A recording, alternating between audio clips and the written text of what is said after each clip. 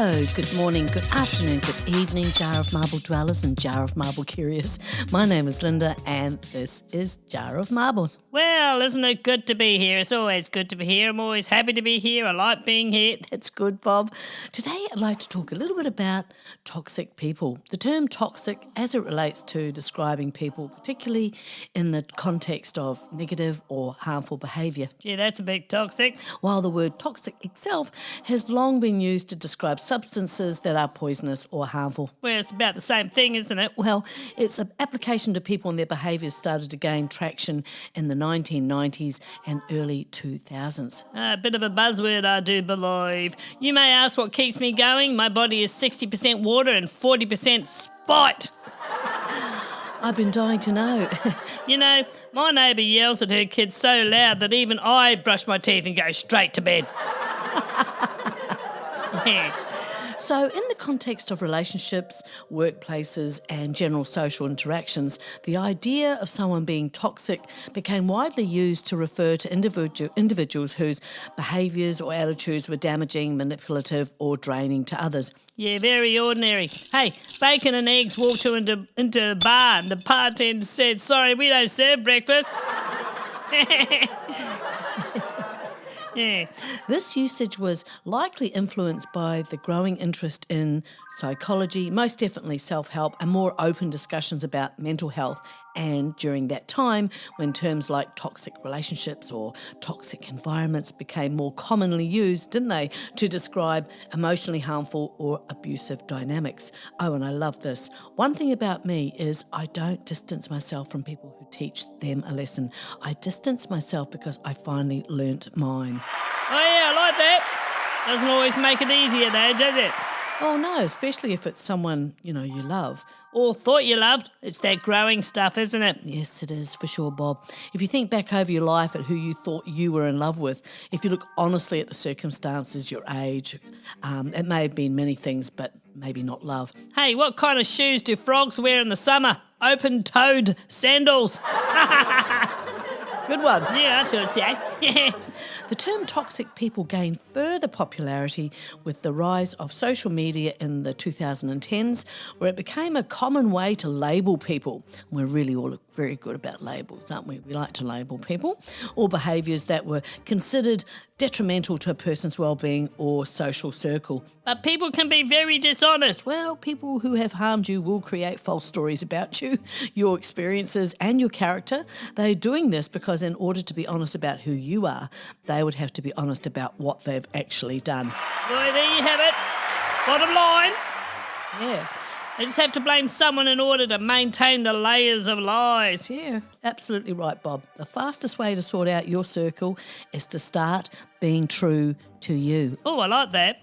You get a bit tired of going along with what people say, the ones when you feel really uncomfortable with, the ones you don't particularly enjoy being around. It feels like kind of a sacrifice, keeping the peace scenario. Especially when you just can't quite put your finger on it. That's right, Bob. Your body is a major sensor and will let you know, and you can push this down for so long. Staying true to what matters to you is the goal. Oh, yeah. That's boundary stuff, isn't it? Yes, it is, Bob.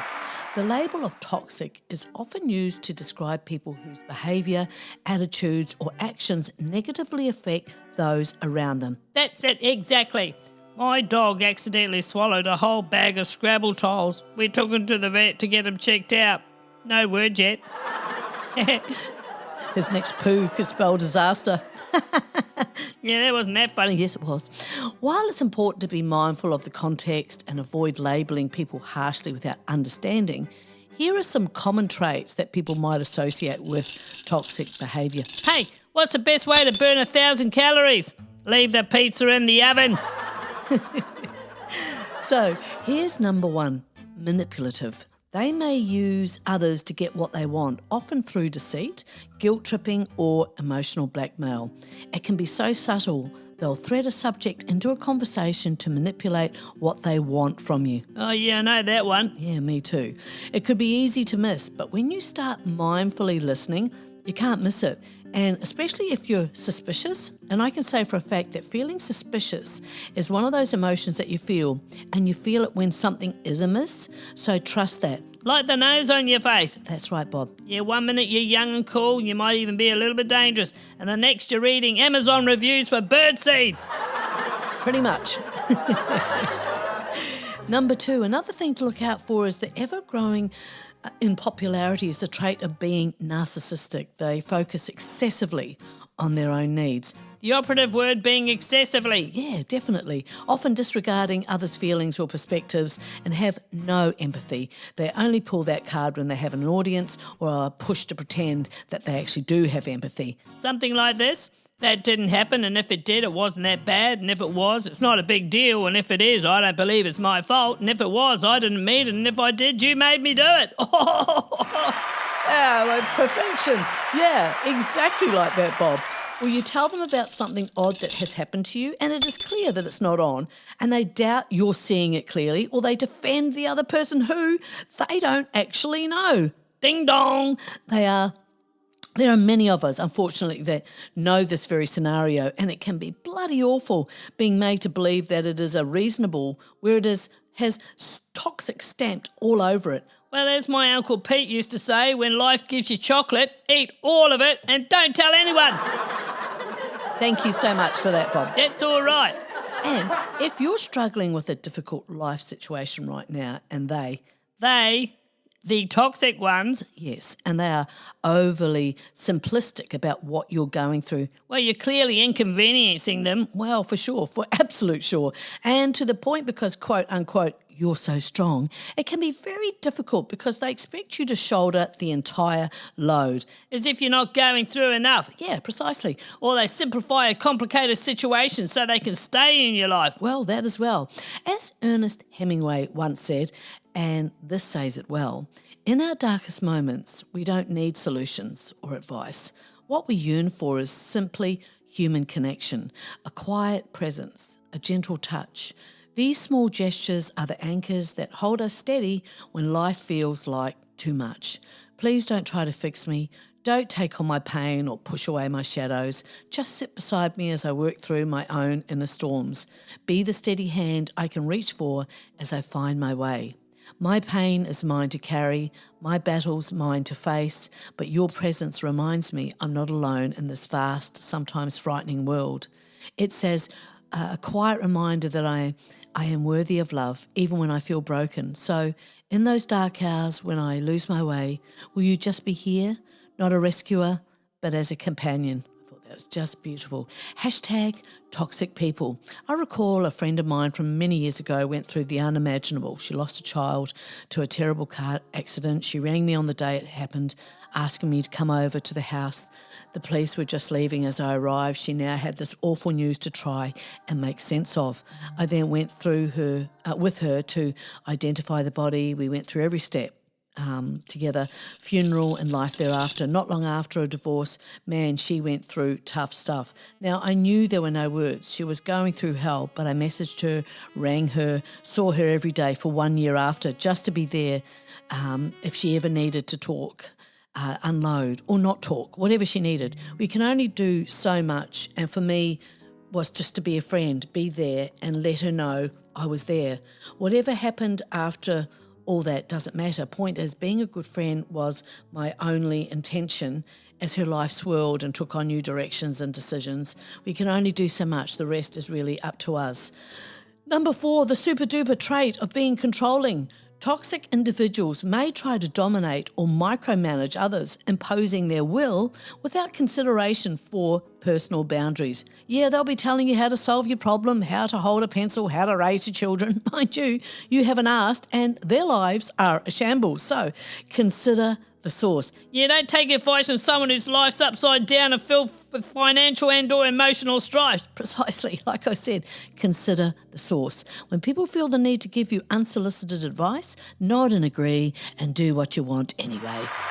That's right. Absolutely.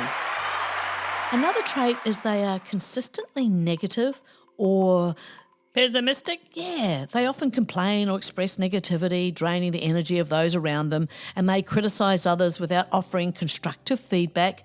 Not fun to be around at all, and such a yawn. Oh, if I find myself in that company, I will think about protecting myself with a shield as I become aware that their dark energy is really starting to affect me. You do that, don't you? Well, yeah, I do, because it works.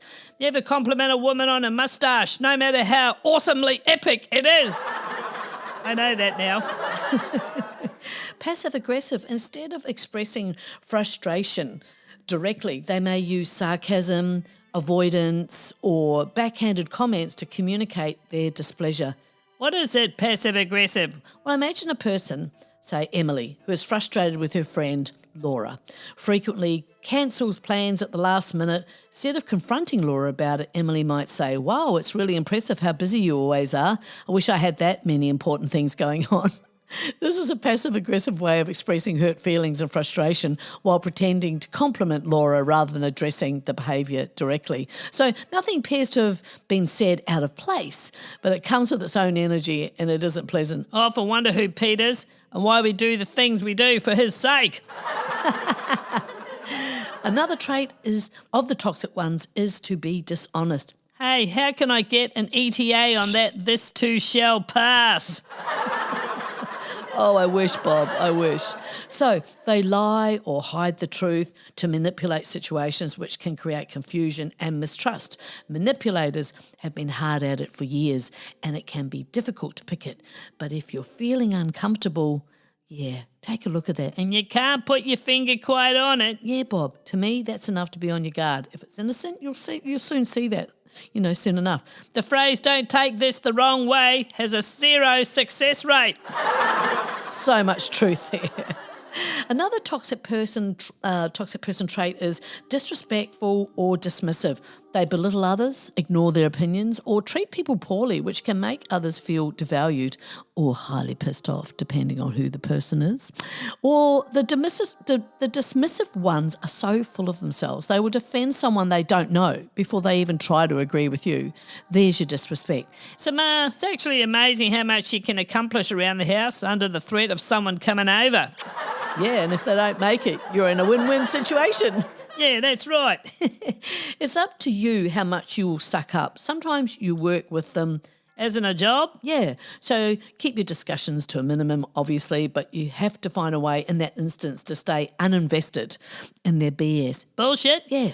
Sometimes you have to remove your presence, don't you? Yeah, if it's a disingenuous friend, silence is my answer to disrespect. I no longer react, I no longer argue, and I no longer dive into the drama. I simply remove my presence.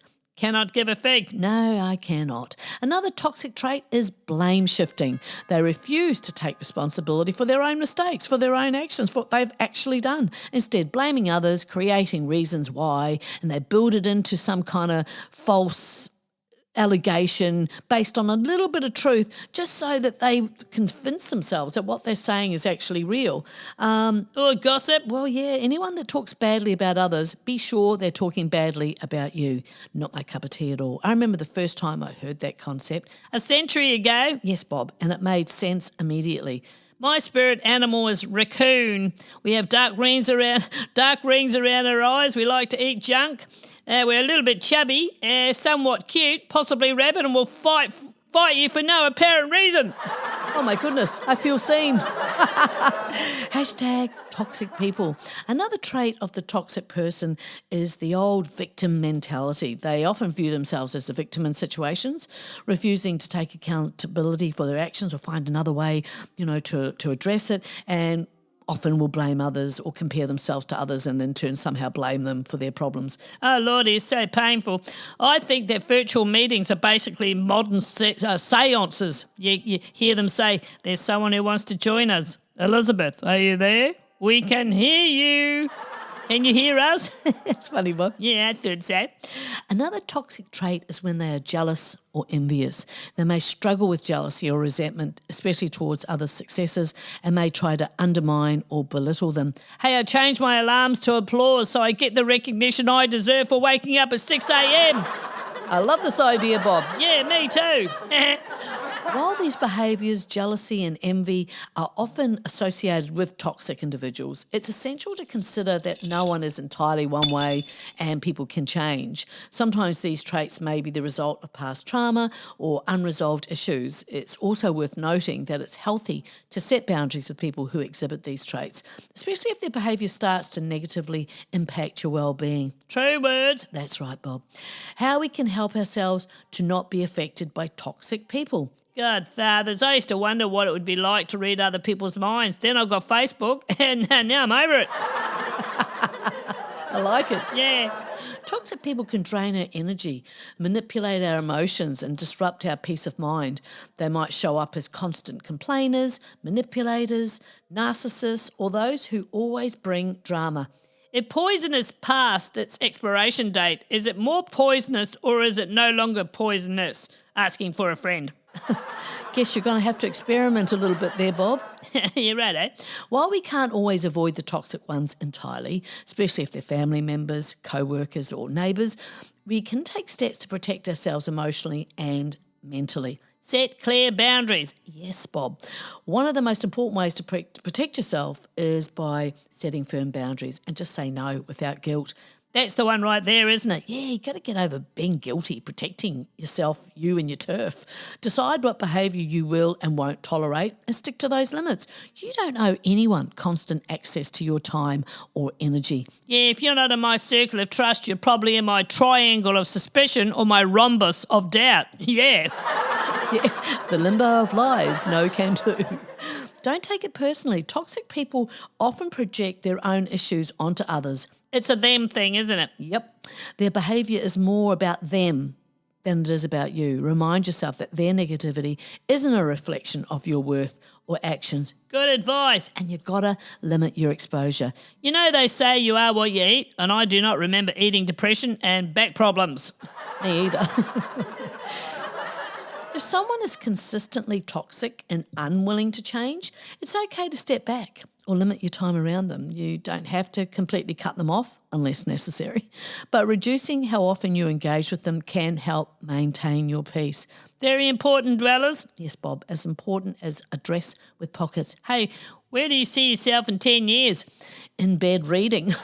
Really? Yeah, I do now, so yeah, why not? Hashtag toxic people. You must protect your energy. Oh, that's the thing you do, isn't it? Thing? Yeah, you protect yourself. Yeah, in many ways. But be mindful of how certain people make you feel. Now, this is vital. After spending time with them, do you feel drained, anxious, or angry?